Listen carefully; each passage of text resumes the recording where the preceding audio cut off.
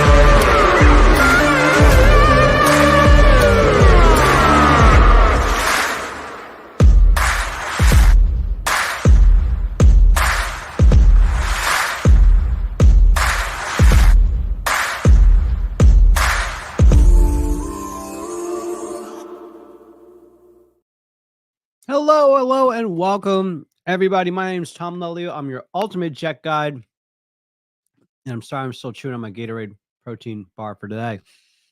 Welcome to the Jet Life Aero podcast, where whether you're a buyer or a seller, we pull back the curtain on private aviation to help you buy and sell that private jet with no experience necessary. Speaking of no experience, today we're going to be talking about selling off-market aircraft. So what is an off-market aircraft? An off-market aircraft is something that if you go to controller, and let's see if I can pull this up there, add to the stage. Let's put me behind. Boom. And change my background. All right. So if you go to controller, you can see there's 10 of these aircraft available for sale. These are considered on market. That means the market has been made aware of their presence. Now, maybe you're a pilot, maybe you're a mechanic, maybe you're just a savvy individual that wants to get into aircraft brokering, and you've come across an owner or another pilot that says, you know what, we're thinking about selling our jet. And you say to them, like, well, how serious are you? And they're like, well, we're pretty serious about it, but we don't want to put it on the market yet for sale. We don't want to tell everybody about it, but we are open to offers. That's an off-market aircraft. And so a great place to find them might be Facebook groups, Reddit, NBAA, LinkedIn, just anywhere you're around aviation, you can talk to people. So this is the biggest piece of advice I have for someone who wants to get into brokering, but maybe they have a full-time job and they can't just jump in and start doing cold calls. Put yourself in the room, in the place where these conversations are happening. And so that means you need to meet people. You need to meet people who are pilots. You're going to meet people who are mechanics, meet people who are brokers, meet people who are aircraft owners. And 99% of the people that you meet are never going to have anything for you to sell. But when, excuse me, when you find those people that are looking to sell, boom, payday. Like that's your opportunity. And so think about it this way. If you're only talking with 10 people and 99% of them are not going to be looking to sell, you might not have anything to sell. But if you talk to 100 people and 99% of them don't want to sell, at least you have one. 1,000, 10, 10,000, 100. So, I mean, you need to think of it that way. Like, this is the volume that you need. If you're not going to make cold calls every day, you need to find a way to get in front of 50 to 100 people on a daily, consistent basis. Or maybe you find a way to get in front of the right people. And so you don't need 10,000 people, but you need, 100 people in the right room. But maybe that's going to cost you money because you had to pay to go to a conference. Maybe that's going to cost you time because you need to drive 3 hours away across the state to be at an event where those people are gathering. So you can either work smarter, harder, you can work the easy way or the pain-free way. It's kind of up to you. But once you're in the room where things are happening, people are having these conversations, you may come across an opportunity. Remember, in order to make a sale, you basically need a buyer and you need something for them to buy. So maybe you're in the room where there's a bunch of buyers and you find someone who says, I want to buy a Phenom 100. Okay, great. Now, maybe you go find them a Phenom 100, but they know all the Phenom 100s that are on market. Well, you got to go find a Phenom 100. So you can go to the Facebook groups, you can go to MBAA, you can go to the events, you can call brokers, say, what do you have off market? When it comes to off market, let me grab this over here. I want to share a couple of important things with you guys today on this. Let's do. All right, let me just share my screen here.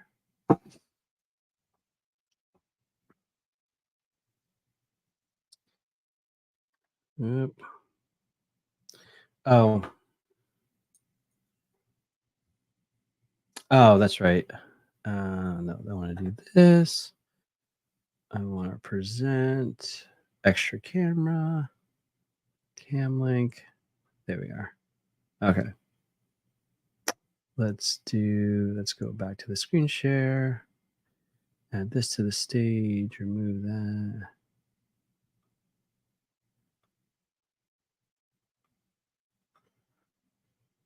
And I'll put this here. Okay.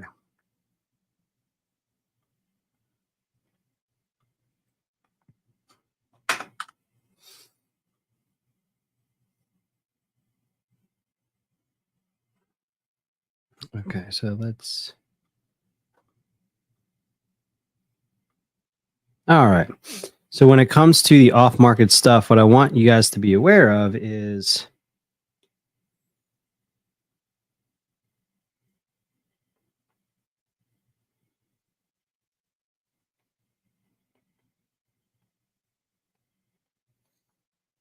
what you need to is how am I getting paid? This is huge because not enough people think about this when they're going through the markets. They just think to themselves, "Oh, okay. Um, if I do this, then I'll just make money somehow." So you can either get paid by the buyer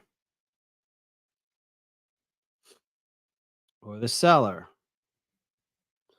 Now, if you're working on a buyer that says, "I want to buy a Phenom 100," you need to ask the buyer, "Okay, if I find you an airplane, will you pay me?" And then, of course, the next question you guys are going to ask me is, "Well, how much do I charge?" This is just what I do. Up to and including 500K, I charge 25K. Up to and including 1 million, 50K, 1 million to 2 million.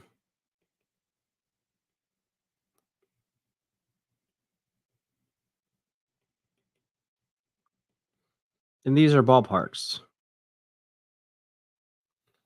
Okay. For the sellers, I usually just tell them it's a 4 to 6% commission.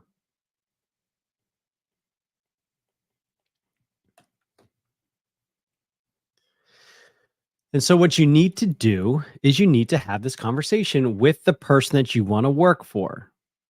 Okay? If you're talking to an owner and they say, "Hey, I want to sell my Phenom 100, but I don't want to put it on the market." Great. If I sell your airplane for you, are you open to paying a commission? Most of them will say yes. They'll ask you how much. Well, I charge 4 to 6% to sell the aircraft. That's crazy. I'll never pay that. All right, great. What would you pay? Would you prefer a flat rate? It's a $3 million aircraft. How about you pay me 50K? Is that fair? Get that down and ideally get it in writing, but at least have the conversation. If the answer is no, I won't pay you a commission, then you have to go find a buyer that will pay you the commission. And don't send any information to the buyer unless you secure the payment from the buyer side if you're not going to pay on the seller side. On the buyer side, if I find you a jet, are you open to paying a commission? Sure. How much do you charge? $3 million bird? It's $100,000. Oh, that's too much. Great, no problem. All right. How about 75? Or they might say, "No, I won't pay you a commission. The seller should pay you." Okay, then you got to go find a seller that's willing to pay you a commission. And don't work for free. If one or both won't pay you, then don't send the information. There's nothing in it for you. Um, but I think what you'll find is most are willing to pay. Where you'll find most people will balk or they will hesitate is when you ask for exclusivity. This is important when we're dealing with off market. You want what's known as exclusivity. This is the goal. What exclusivity means is that you are the only person that's able to present this aircraft for sale, or you are the only person that represents this buyer to sell. This is important because if you represent a seller and he's like, "Yeah, I'll sell my Phenom 100 if you bring me a buyer," not uncommon. I'll pay anybody who brings me a buyer. Well, what happens is you have 5 brokers pitching the same Phenom 100 to other brokers and to other buyers, and it gets messy. Or these brokers well, if you bring me a buyer, well, I'm busy. I'm working with clients that want to work with me.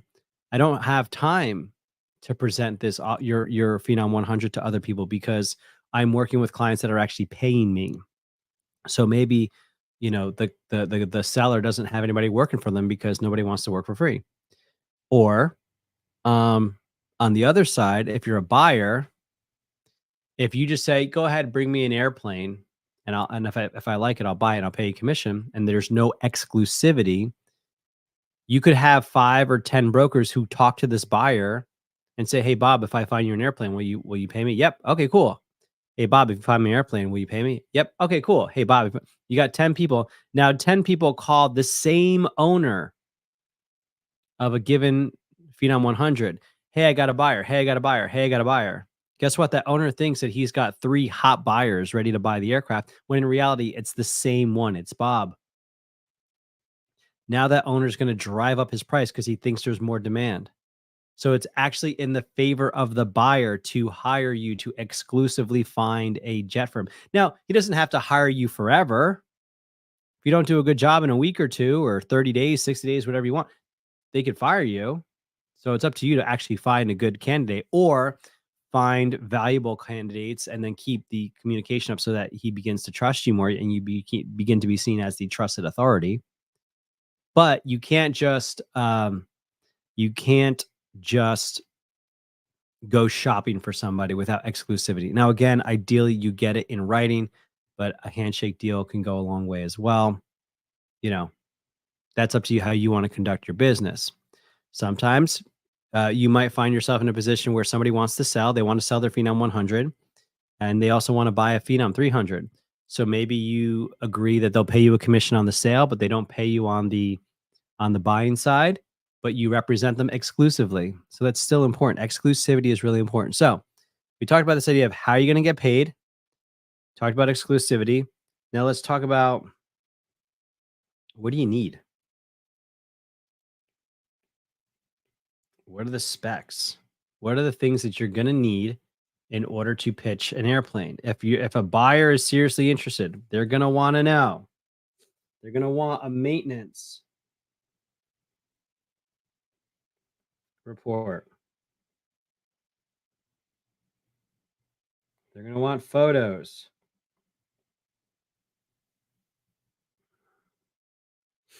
Videos if you have them. This can be in the form of a SESCOM, a JSSI/Sierra Tracks. It can be Traxall. Okay, all different kinds of maintenance reports. You can also get a scan of logbooks. Now with jets, this is less common. In general aviation with pistons and stuff, there's more. With the logs, if you can, the big items are going to be the engine overhauls, the engine hot section inspections, any damage notes, any entries that have to do with damage, the latest inspections. So like a phase 1 through 4 inspection, they'll want to see because what that'll show them is how much did it, well, not how much did it cost, but they'll show what they did during the phase 1 through 5 inspections. If it shows like, hey, we replaced a window, it's like, well, why? Excuse me, why? So all of this goes into creating what we call the spec sheet. And if you think about it, well, what information do I need? I mean, just go to a controller ad, right? If you just go on a controller, they want to know the year, the make, the model. They're going to want to know the airframe total time, which you can find in the maintenance reports. They're going to want to know if it's on programs, what's the engine times. So, and I'll actually give you a hint in a second here. They're going to want to know the avionics, all this stuff. Let me give you another tip here. Let's see if I can add it here. So with the specs, what I mentioned before is don't send the specs until you know how you're getting paid and if you have exclusivity. Don't send until number 1 and number 2 covered. So this is 1, how you're getting paid. This is 2, exclusivity. And now we're in here 3, specs. Don't send the specs until you get those 2. Now, in some cases, they might be like, well, show me what you got. They don't want to just hand over money or give you exclusivity or anything until you're done. Not a problem. This is what I will do. I will give them a year. I'll say late 80s. Citation 5. Okay. I'll say airframe total time equals 10,000 plus. And it's like maybe it's 10,900, whatever it is. I will say E1 equals 800 hours till overhaul. Maybe if I have the data, I might say something like 6,000 total time.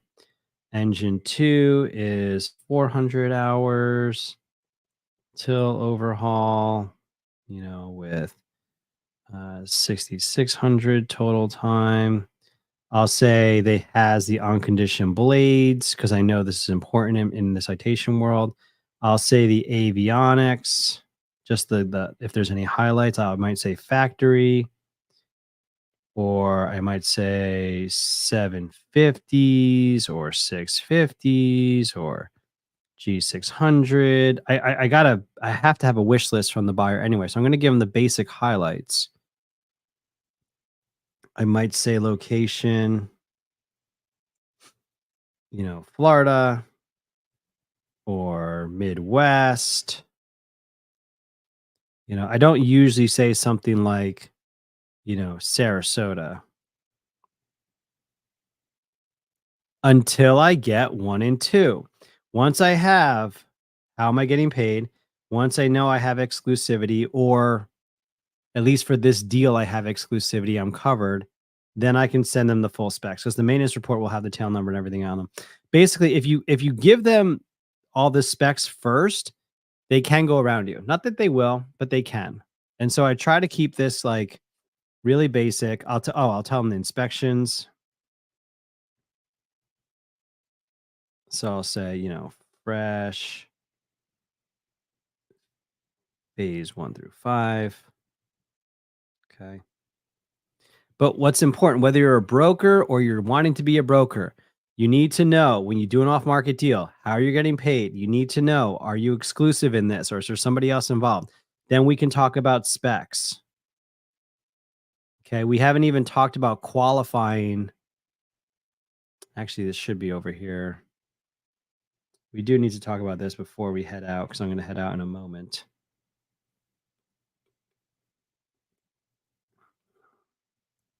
We kind of talked about this before in previous lessons, but how do you qualify buyers and sellers? The big question is why? Why? We need to know, why do you want to sell? Why is he selling? Because the buyer is going to ask that question. Why is he selling? Um, we need to know who who is selling, who is buying. Is this an owner operator? Is this a charter company? Is this a business? Is this somebody who's buying their first jet? Is this someone who's buying their 50th jet? Is this somebody who buys, whatever? So why are they buying? Why are they selling? Where? Where is the aircraft located? Is it in the United States, outside the United States? Um, does it have corrosion? Is it hangared? Where's the buyer located? Are they located outside the United States? You need to be a U.S. citizen to buy an aircraft in the United States and keep it November registered. Is the buyer overseas? How is that going to complicate things? When do they need to sell? Are they buying a new plane? Did they buy a new plane? They take delivery of it in a month, so they need to get rid of it in a month because they don't have enough hangar space. When do they want to buy? Do they need to buy by the end of the year, or do they need to buy like right away because they have a trip coming up? And what? Sellers, what are they selling? Are they selling the whole aircraft? Are they how much money are they looking for it? What's the asking price? Is that within the market, within reason for the market? For buyers, what are they looking to buy? Do they have a wish list? Do they have avionics that they want? Do they have airframe time that's too much or too little? Do they want it to have fresh inspections? Do they want it to have nice paint and interior? What is their wish list? You need to come to the table with this. Don't start asking questions of getting paid, exclusivity, and specs before you qualify your buyers and sellers. If you're working with me, the first question I will ask you with a buyer, hey, Tom, I got a guy. He wants a Citation 5. Great. Why does he want to buy? What's he doing? Well, I don't know. How many people is he taking with him? What's his mission? How far is he going? What line of work is he in? Is this a finance deal? Is he paying cash? Does he have insurance lined up? Does he have pilots lined up? What kind of a pre-buy does he want to do? Does he have money in escrow? These are all things I want to know to make sure I'm dealing with a person that's really, really real. Now, just because someone doesn't have all that stuff, doesn't have all these things ironed out, it doesn't necessarily mean that they're not real. It just means that they're not as far along as we would like them to be before we start sending them. It's like going house shopping without a pre-approval. It's like going car shopping. You don't even know what kind of car you want. And you come in, you test drive something, and the salesman thinks that they're ready to close on a brand new car when we haven't even discussed if this is the right make and model for you. So you need to have those things qualified so that you're able to better understand like what we're trying to do here. So once you get them qualified, now we can present them off markets. How do you find an off market aircraft? We talked about you can go on Facebook, LinkedIn, Reddit, and try to just search around. You can go to events like MBAA events where people are where brokers and industry professionals are hanging out. You can go to Controller, call the brokers. Hey man, do you have anything off market that you want me to put in front of some people? Or hey man, do you have some buyers that are looking for something? I'm actually going to be calling through some markets this week. I'd be happy to call on your behalf and see if there's anything, if I can find anything for you, and we split a commission. Like, just introduce yourself to people. There's no getting around introducing yourself to people in being a jet broker. You're either going to do it making cold calls, 50 to 100 calls a day from 9 to 5 and introduce yourself to owners, or you're going to do it by trying to introduce yourself to people who work with owners and have a sphere of influence with owners via pilots, brokers, mechanics, etc. So you qualify, so you get your inventory, you qualify them, then you find out how am I getting paid, you find out about exclusivity, then you send the specs. Once you do that, now we can start talking about how to get the deal across the line, how to issue a LOI, a letter of intent, how to negotiate that. And that's all in the further training. So I hope you guys enjoyed this today, don't forget to check out the circle community by going to circle.jetlifearrow.com, because I'll have this lesson as well as other lessons in there in the free training, so you can get started right away. You also have a discussion group where you can ask questions about how to become a private jet broker. As you're going through the journey, the community is there to help you. So I hope you guys enjoyed this live stream. We'll see you next week.